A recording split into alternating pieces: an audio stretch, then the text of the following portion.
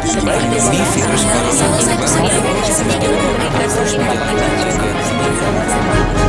Infinite Radio, informasi tanpa batas.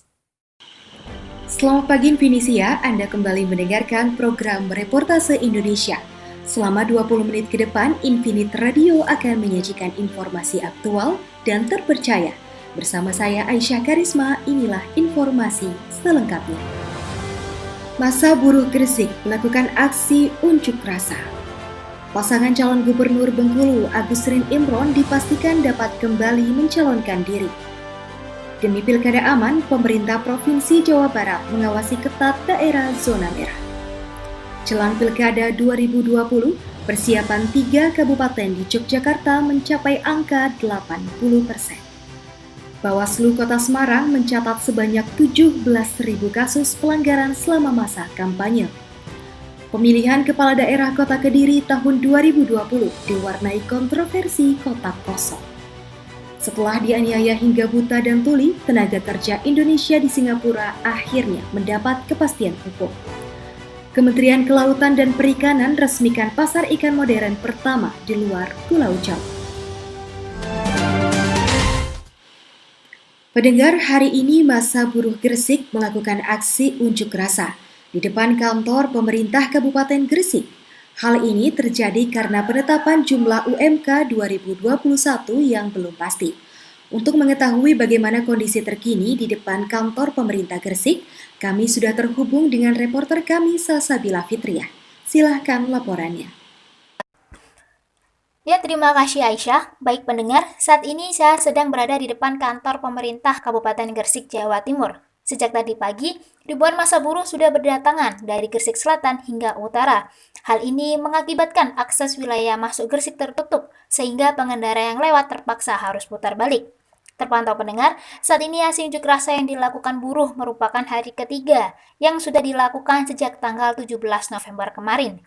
Aksi unjuk rasa ini merupakan sikap tidak terima atas usulan Apindo ke Dewan Pengupahan yang mengusulkan UMK Gresik diturunkan sebesar Rp900.000 dan usulan ini ditolak keras oleh buruh. Ketua Serikat Pekerja Seluruh Indonesia Alif Musin mengatakan keinginan buruh hanya meminta kepada Bupati untuk menaikkan UMK sebesar Rp600.000 seperti rekomendasi daerah Jawa Timur lainnya. Musin juga menjelaskan, jika UMK ini naik, maka akan sebanding lurus dengan daya beli buruh, sehingga dapat memulihkan ekonomi dengan cepat. Tambahan juga pendengar, kemarin Kepala Dinas Ketenagakerjaan Ninik Asrukin didampingi kepolisian juga sempat turun ke massa untuk memberitahu bahwa tidak akan ada penurunan UMK di Gresik. Selain itu, kami juga mendapatkan informasi terbaru, Bupati Gresik Sambari Halim sudah mengajukan surat rekomendasi kepada Gubernur Jatim. Surat ini berisi usulan untuk menaikkan UMK Gresik menjadi yang paling tinggi di wilayah Jatim, dengan catatan naik maksimum Rp1.000 dari kabupaten lainnya. Bupati juga berpesan kepada buruh untuk menunggu keputusan Gubernur Jatim, Hovifah Indah, dan hingga saat ini tarif UMK Gresik 2021 masih di tahap usulan yang tidak menutup kemungkinan bisa naik turun atau tetap. Demikian laporan dari Gresik, Jawa Timur, Salsabila Fitriah, kembali ke studio. Pendengar, pasangan calon gubernur Bengkulu Agus Rin Imron dipastikan dapat kembali mencalonkan diri dalam pilkada 2020 setelah memenangkan sengketa. Sebelumnya, ia tidak dapat mencalonkan diri terkait dengan statusnya sebagai mantan narapidana kasus korupsi. Saat ini kami sudah terhubung dengan reporter Muhammad Zaki Makarim di Bengkulu. Silahkan laporannya. Keputusan Bawaslu Bengkulu meloloskan pasangan calon gubernur Agus Rin Imron menuai polemik bagi sebagian masyarakat, mengingat status Agus Rin sebagai mantan narapidana tersangka kasus korupsi. Menurut masyarakat yang tidak setuju, seorang mantan napi koruptor tidak seharusnya dapat mencalonkan kembali menjadi calon kepala daerah karena tersandung kasus tersebut, sehingga masyarakat menilai bahwa KPU Kota Bengkulu yang tidak meloloskan pasangan tersebut sudah tepat. Namun, apabila kita melihat dari peraturan yang ada dan fakta masa tahanan dari Agus Rin sendiri, ia diketahui telah selesai menjalani masa tahanan selama 5 tahun seperti peraturan yang ada.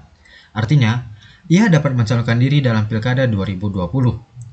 Selain itu, dalam aturan yang lebih mendetail, larangan pencalonan diri berlaku bagi mereka yang terjerat kasus narkoba dan kejahatan seksual terhadap anak.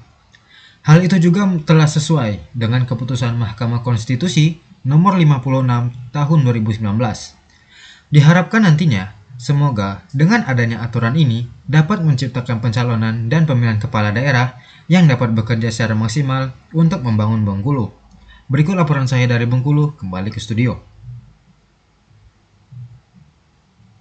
Dalam menciptakan pilkada yang aman, pemerintah daerah Provinsi Jawa Barat akan mengawasi ketat daerah zona merah yang akan melaksanakan pemungutan suara. Hal tersebut bertujuan untuk memberikan rasa aman dan nyaman kepada masyarakat. Laporan selengkapnya akan disampaikan oleh reporter Berlin Haluhu di Bandung, Jawa Barat. Selamat pagi pendengar. Dalam rangka menggelar Pilkada Serentak 2020, Pemprov Jawa Barat akan mengawasi daerah yang termasuk zona merah.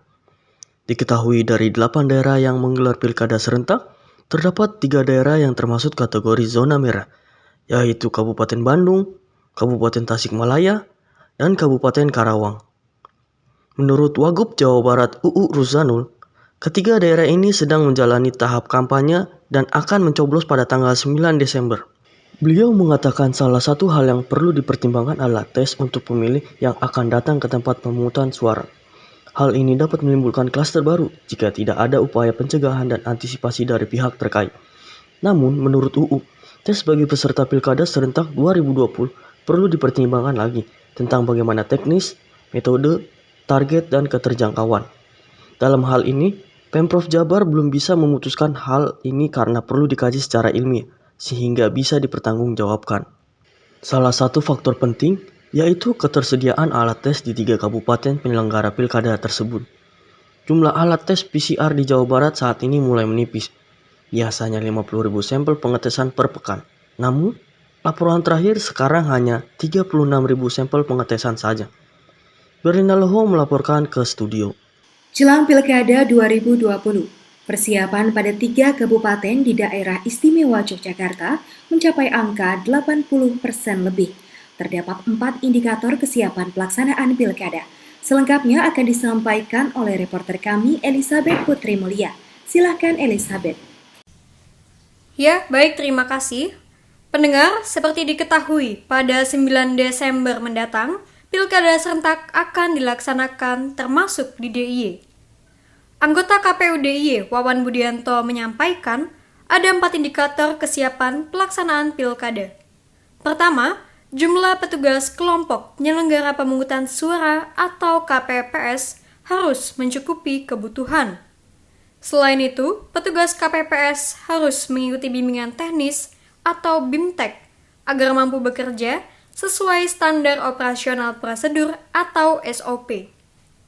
Wawan juga menyatakan, terdapat sekitar 16.000 petugas KPPS di tiap kabupaten yang telah melaksanakan BIMTEK dan integritas petugas. Kedua, kesiapan logistik selama hari pemilihan, baik untuk proses pemungutan suara maupun alat pelindung diri atau APD. Dari 3 kabupaten yang melaksanakan pilkada, KPU menyampaikan semua logistik sudah diterima dan beberapa masih dalam proses pengiriman. Ketiga, anggaran yang mencukupi kebutuhan pilkada. Menurut Wawan, kesiapan dari sisi anggaran sudah dilakukan dengan baik oleh 3 kabupaten yang melaksanakan pilkada. Keempat, TPU harus melakukan antisipasi untuk menerapkan protokol kesehatan saat pemungutan suara.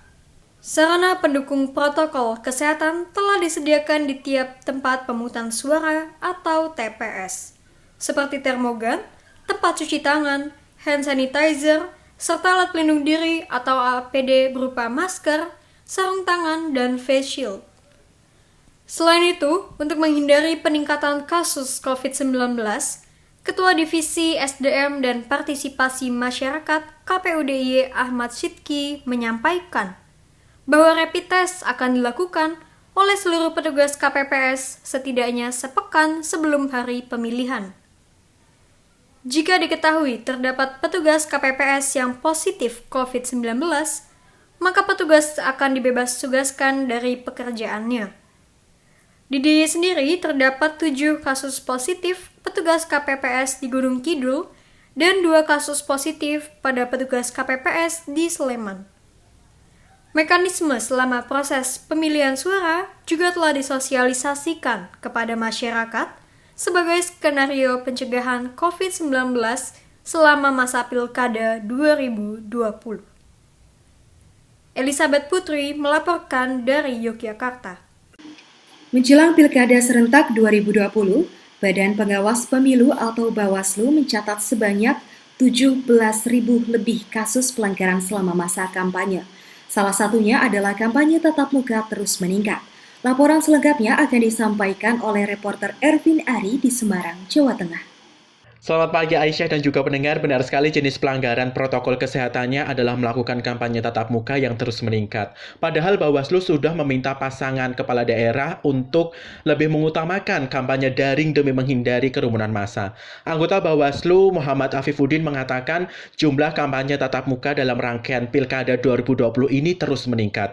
Di 10 hari keempat jumlah kampanye tatap muka sebanyak 16.000 lebih kegiatan. Sementara pada 10 hari kelima masa kampanye naik menjadi 17.000 lebih kegiatan tatap muka. Afif menjelaskan penyelenggaraan kampanye tatap muka itu bukan tanpa pelanggaran. Namun Bawaslu meminta penyelenggaraan kampanye senantiasa menyediakan penyanitasi tangan seperti disinfektan atau tempat untuk cuci tangan dan menerapkan jaga jarak bagi peserta yaitu 1 meter dan hanya diikuti oleh pendukung 50 orang saja. Bawaslu sudah menindak 398 kegiatan kampanye tatap muka yang melanggar protokol kesehatan pencegahan COVID-19 selama 10 hari kelima masa kampanye.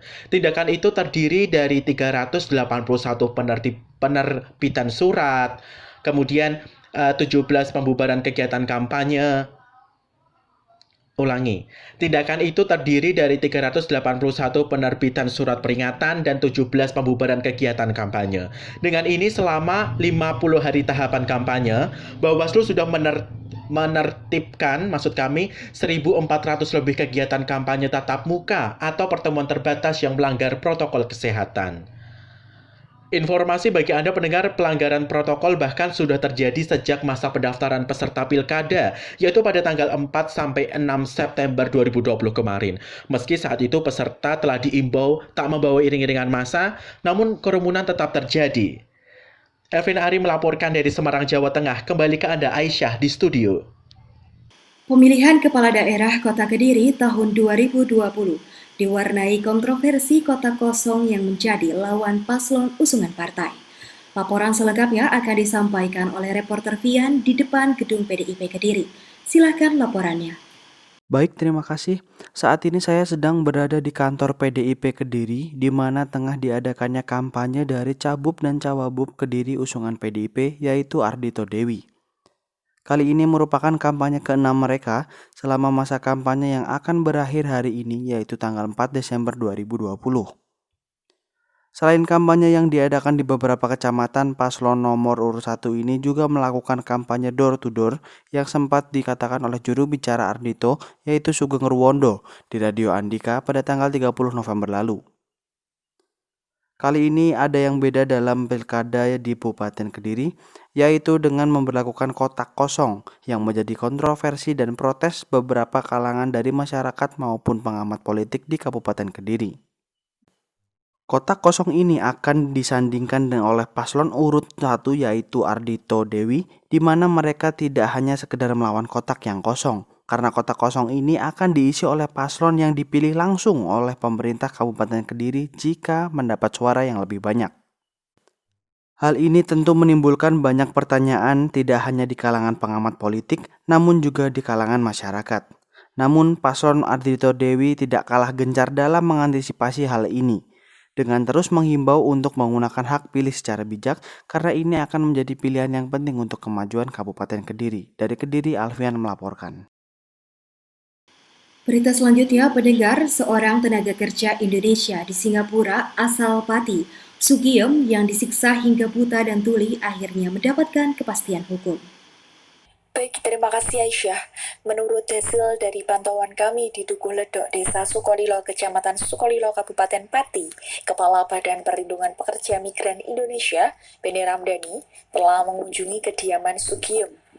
Beni mengungkapkan pihaknya akan memperjuangkan hukum atas tindak kekerasan dan penyiksaan yang diterima oleh Sugiem. Jaminan fasilitas perawatan hingga sembuh nantinya juga akan diberikan kepada Sugiem. Kasus Sugiem telah dilaporkan UPT BP2MI Semarang kepada Kedutaan Besar Republik Indonesia di Singapura. KBRI Singapura sendiri juga telah memastikan kebenaran alamat sang majikan, serta melaporkan kasus ini ke Kementerian Tenaga Kerja dan Kepolisian Singapura. UPT BP2MI Semarang telah membuat berita acara pemeriksaan atau BAP dan video BAP pada 4 dan 5 November lalu. Hasil pemeriksaan ini telah dikirimkan ke KBRI Singapura sebagai bukti prosesi hukum. Beni menegaskan pihaknya akan terus berkoordinasi dengan KBRI Singapura. Lalu, dari pihak Sugiem juga menerangkan bahwa dirinya mulai mendapatkan perlakuan tidak baik oleh sang majikan keduanya yang bernama Umi Kalsum sejak bulan April 2020. Dimulai pemukulan pada area mata hingga hilang fungsi penglihatan dan disusul penyiksaan lainnya. Sugiem tidak pernah dibawa ke rumah sakit, bahkan alat komunikasinya juga disita oleh sang majikan. Hingga akhirnya Sugiem dipulangkan oleh sang majikan pada 23 Oktober dengan keadaan menggunakan kursi roda dan luka di sekujur tubuhnya. Sekian informasi yang dapat saya sampaikan, Aisyah, kembali ke studio. Informasi terakhir pendengar, setelah dibukanya pasar ikan modern di Jakarta dan Jawa Barat, Kementerian Kelautan dan Perikanan resmikan pasar ikan modern pertama di luar Pulau Jawa. Untuk mengetahui informasi lebih lanjut, kami sudah terhubung dengan rekan Nabilah Dwi Aurelea di Palembang, Sumatera Selatan. Ya, terima kasih Aisyah dan juga pendengar. Kota Palembang menjadi kota pertama di luar Pulau Jawa yang memiliki pasar ikan modern. Pemerintah melalui Kementerian Kelautan dan Perikanan berharap dengan dibukanya pasar ikan modern dapat menjadi terobosan dan dapat menjadi tempat bagi pelaku usaha kecil dan menengah untuk bisa melakukan usaha dengan nyaman. Keberadaan pasar ikan modern Palembang menyusul pasar ikan serupa yang telah dibangun di Jakarta dan Kabupaten Bandung, Jawa Barat. Melalui pasar ikan modern ini, diharapkan masyarakat kota Palembang dan sekitarnya akan lebih mudah mendapatkan ikan bermutu, aman dikonsumsi, kontinu, beragam, dan terjangkau, serta semakin bangga pada produk perikanan Indonesia. Pasar tersebut juga bertujuan untuk meningkatkan angka konsumsi ikan masyarakat Sumatera Selatan yang baru mencapai 44,36 kg per kapita pada tahun 2019 lalu. Konsumsi ikan masyarakat Kota Palembang berada di bawah angka konsumsi ikan nasional yang mencapai 54,49 kg per kapita. Selain itu, pasar ikan modern ini bisa menjadi jembatan perubahan bagi pedagang ikan dan konsumen. Terlebih pasar tersebut dikemas secara terintegrasi, terutama bagi masyarakat yang ingin menikmati secara langsung ikan segar dan bersih. Adapun fasilitas yang ada di pasar ikan modern sendiri terdiri dari lapak ikan hidup, segar dan olahan sebanyak 154 unit, food court sebanyak 10 unit, dan cold storage kapasitas 15 ton sebanyak 1 unit. Kemudian ada pula ice flake machine kapasitas 1,5 ton per hari sebanyak 1 unit, tempat bongkar muat, serta fasilitas penunjang berupa kantor pengelola, ruang promosi, ruang kesehatan, dan musola. Saat ini, jumlah pedagang yang memanfaatkan pasar ikan modern Kota Palembang sebanyak 164 orang yang terdiri dari pedagang ikan segar, ikan hidup, restoran, kuliner, dan komplementer. Nabila Dwi Aurelea melaporkan dari Palembang, Sumatera Selatan. Tidak terasa Infinisia, kita sudah di penghujung program Reportase Indonesia. Terus dengarkan Reportase Indonesia Infinite Radio setiap hari pukul 8 waktu Indonesia bagian Barat. Saya Aisyah Karisma pamit dari jangkauan pendengaran Anda. Tetap gunakan masker dan jaga jarak. Terima kasih dan sampai jumpa.